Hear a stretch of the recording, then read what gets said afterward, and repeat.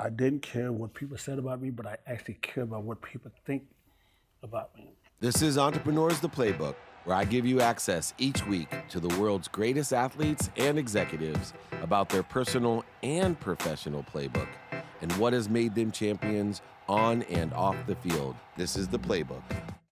This is Dave Meltzer, CEO of Sports One Marketing, here on Entrepreneurs the Playbook. And I have an NBA superstar champion, but I know, you're going to be so humble now. Right? My old buddy from Fashion Island in Newport Beach, but Dennis Rodman, welcome to the podcast. How you doing? I'm doing great. Now I'm going to start, I'm a perspective guy, so things happen in everyone's life. For me, I lost a shitload of money, and that changed my perspective in life. And I had to figure out, was it luck or was it technique? And I actually reinvented myself and ended up making more money. But for you, you had an interesting, true perspective change that when you were 20 years old, you were 5'11", and your perspective truly changed because all of a sudden you were, what, 6'8"? I was like 6'8". You know, it's this came all of a sudden. You know, living in the projects, it's kind of difficult to process how's your life going to end up is. You know, because you don't have too many avenues to venture out to try to do cool things in the world. So basically, when you live in the projects or the ghetto, that's all you know. Yeah. You know, you don't pretty much go out your room and say, I'm going over to the west side of Dallas and say, okay, hang out with the white people and try to live life, shit. But, over in the projects, it's a different thing, man. When you grow up like that, you get to see a lot of real life and interesting things in your life that really changes it. Yeah, no doubt. And have you always been you, or were you ever a guy that can form? Like I was a pleaser when I was young, yeah. and I had to learn to find my frequency to be myself. I was always trying to please everyone. Have you always been just I'm Dennis? No, that's actually changed in 1993. You know, when I got traded to San Antonio. Of all teams, San Antonio, really, the Bible Belt country, That's right? Right. Wow, really? And I get traded down there, and all of a sudden, I woke up one morning in a hotel, and I went to the mall, me and my girlfriend. I said, wow, I should get my hair cut, or something like that. Anyway, I walk over there, salon, he said, let me come in and do something to your hair. I said, okay, great. And I'm bored, so I go in there. About 45 minutes into the chair, I was wondering why he was taking so long to cut my hair. My hair was only that long. And he said, I'm gonna do something different to your hair. I said, all right, great, cool. So I went to sleep, and all of a sudden, 45 minutes later, so I woke up and I said, oh shit. I said, God, wait a minute, hold on, I just want a haircut. He said, no, I thought I'd try something different.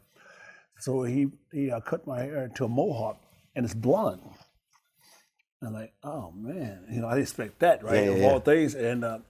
And that evening, and my girl would say, oh man, I love it, that's cool. So we walked through the mall, the next thing she knows, she wanted to go to a movie. So a couple hours later, we go to the movies, and we went to go, I said, any movie, yes, it's good. So we got 2 tickets, we went to the theater, and as we walk in, the movie was called Demolition Man. And 5 minutes into the movie, I was sitting down and said, oh my God, that's Wesley Snipes with blonde hair, but a mohawk. I'm like, oh shit. And I said, wow, man, this is a coincidence. So we left the movies. The next day follows, we had Fan Appreciation Day in San Antonio. It was like 15,000, 16,000 people at the Alamo Dome. Yeah. And everybody's doing that ritual, I'm holding it down, praise me God, and stuff like that. So I'm like this outcast coming in, all of a sudden. I said, no matter what happens, what we do this year or next year or whatever, I'm gonna be Dennis Rodman, I'm gonna be a bad boy, so take this. So I took my hat off and people flipped out. And said, oh my God, he got blonde hair. And all the players looking at me like the devil. And so it's like, okay, I said, whatever, you like me or hate me, so this is what it was. And my life actually changed that day. That day, from that point on, I became the new Dennis Rodman. I was pretty much like you, like a caregiver. I just give. So then after that, it was just pretty much Dennis Rodman, the wild boy, the bad boy, the wild child, soul survivor and stuff like that. Yeah. So I just ran to my own beat. That's awesome. And now, through the ups and downs, and everyone has them. What is it that keeps you have reinvented yourself? You've hit highs and lows. A lot of shit. Exactly, which is awesome. But right? For me, like when I lost everything, I had 3 beautiful daughters, a wife, huge home in Rancho Santa Fe. You know where that is.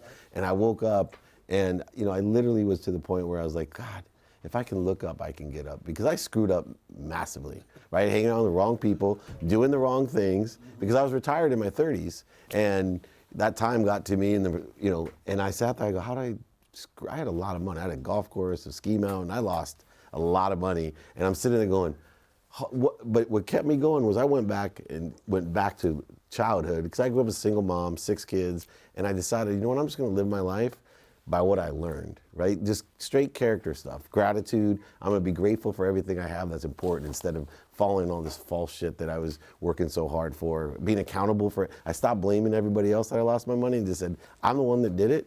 And then I got inspired every day. What turned every time for you? Like, what is it that motivates you again to say, I'm just gonna make this happen again? Because you do such a good job at it. Don't believe it, I don't try, believe me. It's just like, 93, I really didn't have that much money at the time. That's what John Lucas came and got me. I was in Vegas, man. So probably down on my last dime. And John Lucas said, hey man, we've been looking for you for the last week. I heard you've been hanging in Vegas. I said, yeah. So we went to San Diego. We had a meeting. He said, how about you want to play for San Antonio? I said, all right, great, cool. I come play. So down there, went to San Antonio.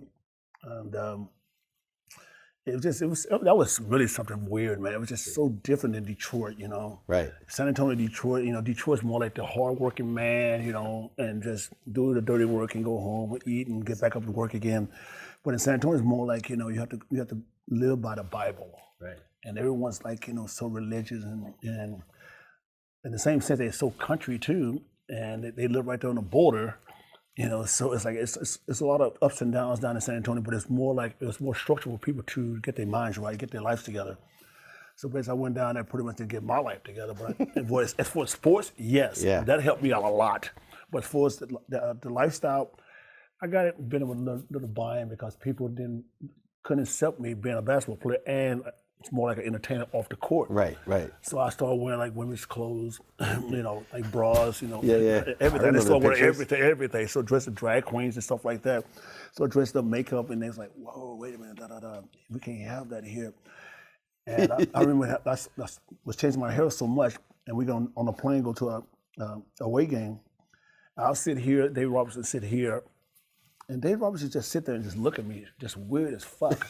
It's like, he's like the military conservative. Weird as hell, And I asked him, I said, Dave, why you keep looking at me all the time? I'm just trying to figure you out. And I said, all right, great, cool. But he just thought I was just like this Lucifer. Alien. Yeah, Lucifer exactly. shit. He thought I was Lucifer. He said, God, man, why do you do this all the time? I said, David, I remember a long time ago, you used to fuck a lot of girls in the Navy, in the Army, where the fuck he was at, right? Right. All of a sudden, you just changed your life totally around, huh? You don't like this, damn, I'm, Richard Schwartz or whoever. So, okay, great. So I'm like the guy on this side, and everybody's on this side. But he actually praised me a lot, because the way I played on the basketball court, that's pretty much how we got along.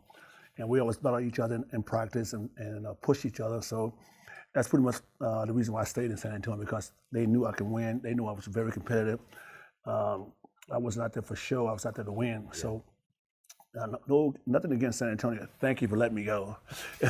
so thank you for letting me go, damn it. So Chicago. So anyway. Yeah, that's not a bad scene. That's in not Chicago, a bad right? No, not a bad city at all. Yeah. But it wasn't an easy road. What about Detroit. Playing in Chicago? Playing for the legend himself. Was he the Zen master? He's probably open to you being you, right? Oh, he was all about that. Yeah, he was all about that. I think the fact that we had, Phil went to Michael and Scott and asked them, should they pick me up? As far as being on the team, and Mike and Scott said yes. We want to win. No, you want to win. But before I had to go to the team, though, I flew in. I went to Jerry Cross's house, Michael, Scotty, Phil, and me. We all 5 of us in his house eating dinner and stuff like that. And Phil's like, you know what? Before you be official on the team, you need to do one thing for me. I said, what? He said, why don't you go there and tell Scotty that you're sorry? I'm like, what? Tell Scotty I'm sorry? Yeah. He said, just go over there and say you apologize. I said, all right, whatever. I said, all right, hey, man, sorry about what happened in the Detroit series between us and stuff like that. I just want to play with you guys and win. And Scotty said, it's all good. You're on the team, so basically I'm on the team. So I was strangely interested about that he asked me to go do that. Yeah. Before I even joined the Bulls, I think for foremost that for the camaraderie for the team, so we can get on a good foot instead of a bad foot first. So that kind of helped us to do the 7-2-10 year. And all three of you guys were so competitive. Oh, dude, every practice, man. Yeah. Every practice. That's what made you the best team ever. Every practice. Scotty would call Michael every day in practice, man. I probably don't see that too much these days. Not at all. How does Steve Steve Kerr fit into those three? Because he's like, well, he would fit in San Antonio, wouldn't you? Actually, for Steve Kerr, we did get in fights in practice. Yeah. Michael, Scotty, Michael and Kukos, Michael and Steve Kerr, Judd Bushland, Mike. We did get in fights in practice, but it's more like a competitive fighting. Yeah. Like brothers. Pretty much like brothers. So yeah. But it was a good mix for me in Chicago because that's probably what I needed to get myself over the hump. Well, I do a lot for charity, and I'll tell you, if I could get you guys to have a dinner again, I could raise $1 million like this to have dinner. Imagine having dinner with that group: Phil Jackson, Scotty, Michael, and Dennis. Dude, people with millions of dollars they'd pay. That would never happen. I don't think. If you could make it happen, I'm gonna give 20% to you, and we'll give the rest to charity. Always thinking about money, huh? Yeah, exactly. It's entrepreneur. This is entrepreneur. Always thinking about money here. Sorry, right? no, that's my nickname, Money. Right. Yeah. So now I'm gonna go. You were talking about the military and Dave Robinson. Just a quick question out of my curiosity, because you've been to North Korea. I did a lot, worked for Samsung. We had the first convergence device, which was a CE device. But I've been in South Korea a ton, 2.5 years, back and forth. What's North Korea like? Is it something, because I believe in communication, and people like you can help, I think, rest assured that, hey, these are regular people that are in a different environment, or is it something, that's completely out of our mind? Well, it's weird how I became a friend of the marshal in North Korea, because he actually asked Michael first. Oh, he's a Bulls fan, of course. Yeah, he was a Bulls fan. he still is a Bulls fan. He's a Bulls fan. We should send him a bunch of Bulls stuff to make sure he keeps us safe. He loves basketball though. So Michael said no, and he came down the list and said, "How about Dennis?" So they asked me to go. I said, "Okay, I'll go." Before I went, they said, "Do you realize where you're going?" I said, "I'm going to North Korea. What's up?"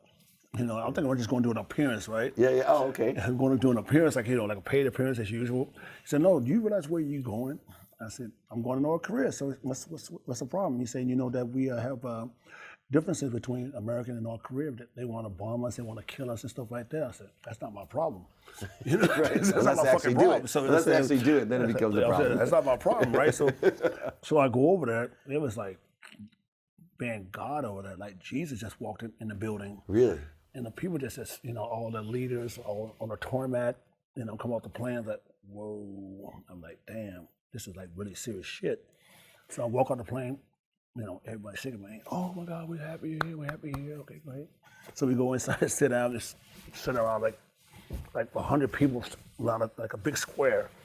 You got all these dignitaries, everybody, and I'm dressed like this shit, That's awesome. Like we're going out to a fucking club, right? So it's like, all right, great. So they don't speak English. I had 2 interpreters with me. So they just they just smiling, on their bowing, and it's like, welcome to North Korea, okay, great. So So I was just for kicks and giggles and stuff like that. So we go see the countryside. We go see all this, and they said, "Well, you're gonna see the marshal, the leader of North Korea." I said, "Okay, cool." It's like a regular person, right? Yeah, I said, "All right, great." So we go to the. Let's be fair. You've had dinner with Phil Jackson, Scottie Pippen, and Michael Jordan. Who cares about the Marshal of North Korea? I was like, let's take a vote. Who wants to have dinner with those guys or the Marshal of North Korea? I'm on the long list. Well, long list, right? Exactly. So I just went over there, went to the hotel. So we were at the hotel upstairs in the room.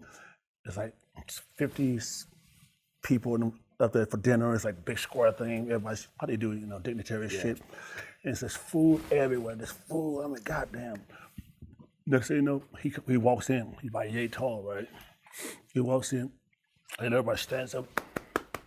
like 15, 20 minutes, they just sit there clapping the whole time, right? It's like, damn. And I'm sitting down, they said, you need to get up. I said, for what? So he said, that's the marshal. Like, oh, I get up. So I get up, I say, great. So he comes and he goes to sit on the other side with his chairs and whatever, with the phones right in front of him and stuff like this. So I'm like drinking, and he asked one of his guys, he said, well, have him come over and sit beside me. I'm like, okay, so I'll go over there, walk all the way around, go sit right beside him. And he said, you pat him on his head? No. Okay. Not like that. But we just sit there, I sit there beside him. The next thing you know, he said, you don't have to get up. Don't worry about it. What his people told me that. Because he speaks English, you don't have to get up, just sit there. He said, you want Coke? Coca-Cola? Yeah. So he gave me a case of Coke right there on the ground and on a bucket of ice. So I'm just sitting there drinking Coke the whole time. And for some reason, he just came attached to me because he seemed like I was so genuine. Yeah. I wasn't like over there trying to impress anybody, trying to talk about war or stuff like that. We just talk about basketball. But ever since that, I think that even today, I think Vogue went last week, and they want me to go over there so bad, they keep asking me every week to come back over. But since Trump got this ban that you can't go over, but we're trying to get a special permit to go over there now. Yeah. So hopefully we're trying to get that probably like you're friends with the two most powerful guys maybe in the whole world, right? Trump, you're an apprentice. Right. And him, you got some power. Last question. When it's all said and done, right? You've lived this extraordinary life, and I believe people that aren't ordinary are extraordinary. And that's the way I look at you and I admire it. What legacy, if any, that you'd like to leave when it's all over? I thought about that. I thought about that the other day. I said, wow, what would I said, I would be infamous like most people that's been infamous that died, you can say people in music, you can say Jim Morrison died at 27. You can say Jimi Hendrix died at 27. Janis Joplin died at 27. A lot of people that's been so influenced as far as life is concerned has died at probably less than 30 years old. Yeah. And most of the people that's over 50 that's died probably been presidents or something that's more like in the political era. But for me, I think it's be more like it's like more of a chameleon type of life. I played basketball. I was homeless. I wrote books. I did movies. I did this. I did. Now went from sports to trying to save the world. So trying to save the world for all people on a planet. Dennis Rodman trying to save the world, trying to stop Guam, go over to Guam, go over to Tokyo, go over to Beijing, go over to Shanghai, go over here, this and that. And I think my legacy will be more like, that people will enjoy the fact that I didn't care what people said about me, but I actually care about what people think about me. That's a difference. That's a difference right there, Yeah. So, life today is moving so fast, that. Everything is just way too fast. If you blink, something's going on. Yeah. So for me, I just think that I've lived a life of Raleigh. I lived a life of sadness, madness, and craziness. And for some reason, like all of us, it's been through trial tribulations. We've seen to persevere and make things stronger and better for people. That's awesome legacy, and you're doing a great job at it. I so much appreciate your time and your openness too, man. You are one of the best interviews. This Dave Meltzer with Dennis Rodman here on Entrepreneur the Playbook, and I'm serious about that dinner. Let's make it happen. That's all about it. Okay, that's good. That's for good. Charity. Good for charity, always.